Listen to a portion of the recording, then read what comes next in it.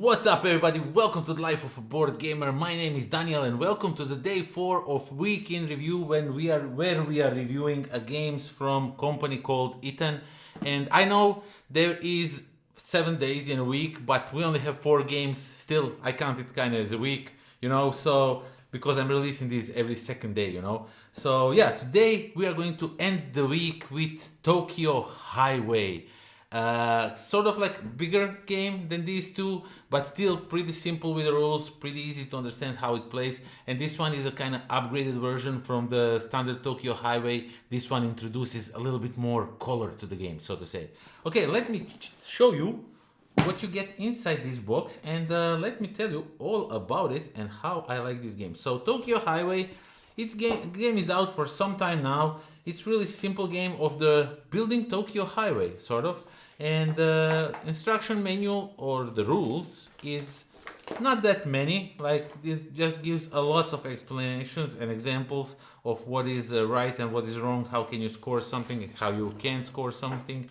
And there's these mission rules that I don't have the normal version with me, but I believe that these missions were not part of the previous game, which is really fun. And all of these colorful items over here are something new. So yeah, basically this thing explains you all the missions. If you did any of these things, you will earn some points.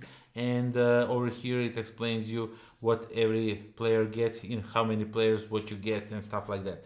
So the main difference from the base game is these colorful things, like this airport that you are going to put on a table. And then there's this like red big triangular building, and we have the rainbow. Now I keep these in a bag because they need to be assembled and disassembled, so I kind of do it like that. But basically this is like a rainbow that you are going to have on a table like this. And then we have this like a stadium with some of the trees, and you need to build these. Now when I'm looking at it, maybe these trees could stay like this, but I just like to disassemble them. And now for some strange reason, because I'm putting them in a wrong orientation, they don't want to go in here. Come on, what's happening now? Okay, so let me just quickly assemble these now like that. And these will be on the table like normal. And in this game, what you are doing, you are building roads, and you have a bunch of these sticks, and these sticks are the roads that you are going to be using throughout the game. Now this version comes with the sticks that have a little bit of rubber on them. I think this is meant because the game would, like, you could really easily knock off the components when you were playing the game. And I think that was never intended for the game. The game was always intended to like be fun, and then when you're finished with it, you have like this great big road built around these components, buildings and whatnot. And not about, like, this is not like a dexterity game of sorts. This is just a game where you are at the end create something really beautiful. So yeah, so these sticks have these little rubbers, and they're much easier. They don't like slide that easily now, because when you are playing this game, you are building these. You will start something like this. And throughout the game now, if you are on just one of these, this like pillars, the next step needs to be 2 pillars. But if you have rainbow now, for example, you can put this like so. And that means that you went under the rainbow, which means you will get some extra points, which tells you over here. If you go under the rainbow, you get 2 points, stuff like that. So there's also like normal buildings over here. And you can just put them however you want in any orientation. The players will do that when it's their turn to place one of these. So you will build different city each turn. And the cars now look a little bit different. They are also not wooden now, and they're like kind of hardened rubber material, sort of. They feel really nice because they will also now not slide that easily, which is awesome. And at first game you had just like the normal cars. I think they were like these normal cars, and now you have different cars.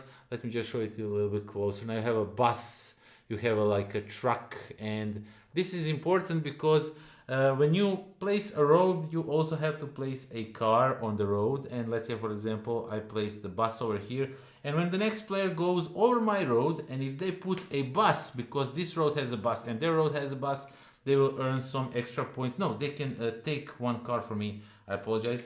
So yeah, the rules did change a little bit, but not that much from the base game.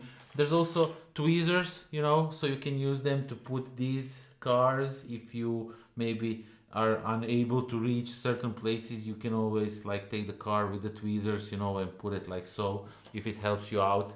I figure out it doesn't help me that much, but you know, other players use them. There's a bunch of these, you know, for all the players. And there's also these things over here, which I forgot completely that they are underneath here.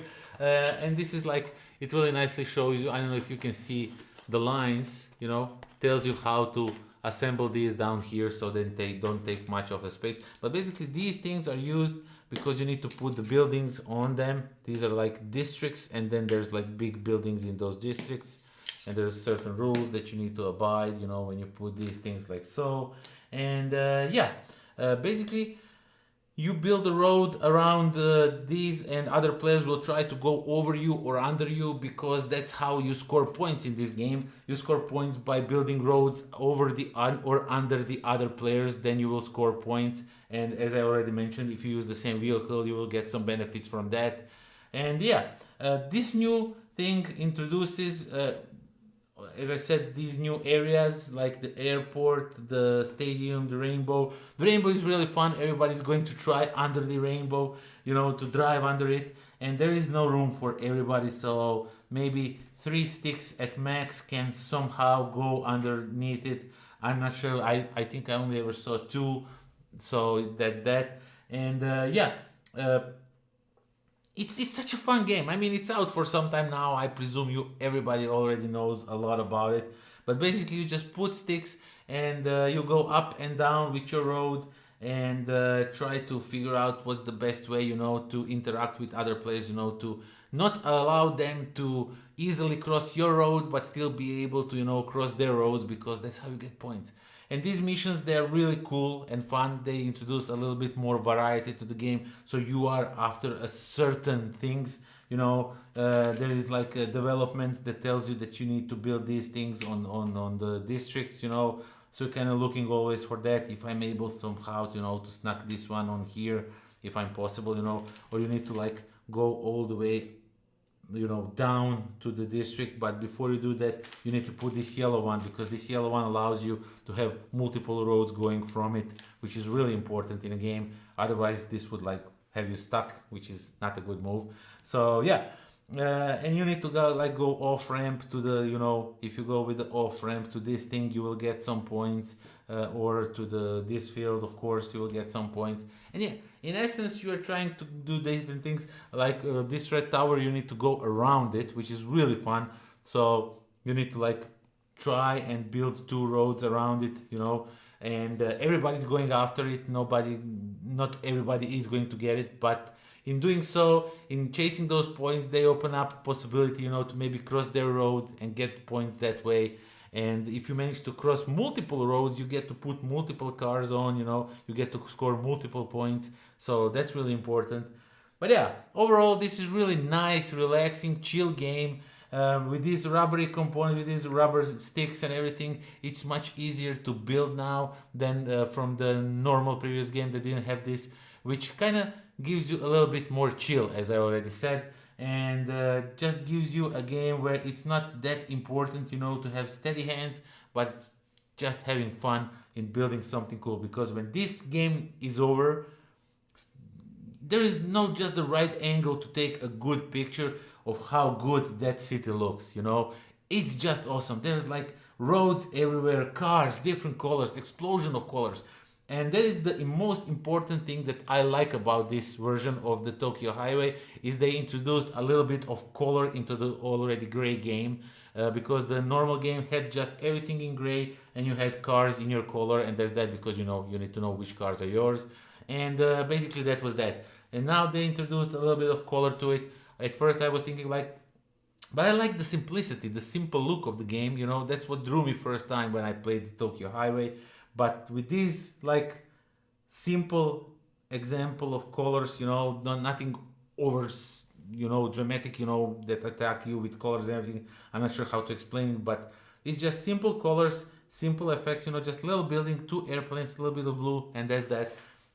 It's it still feels simple, but it introduced a little bit more color, and I definitely like that. So yeah, that is Tokyo Highway.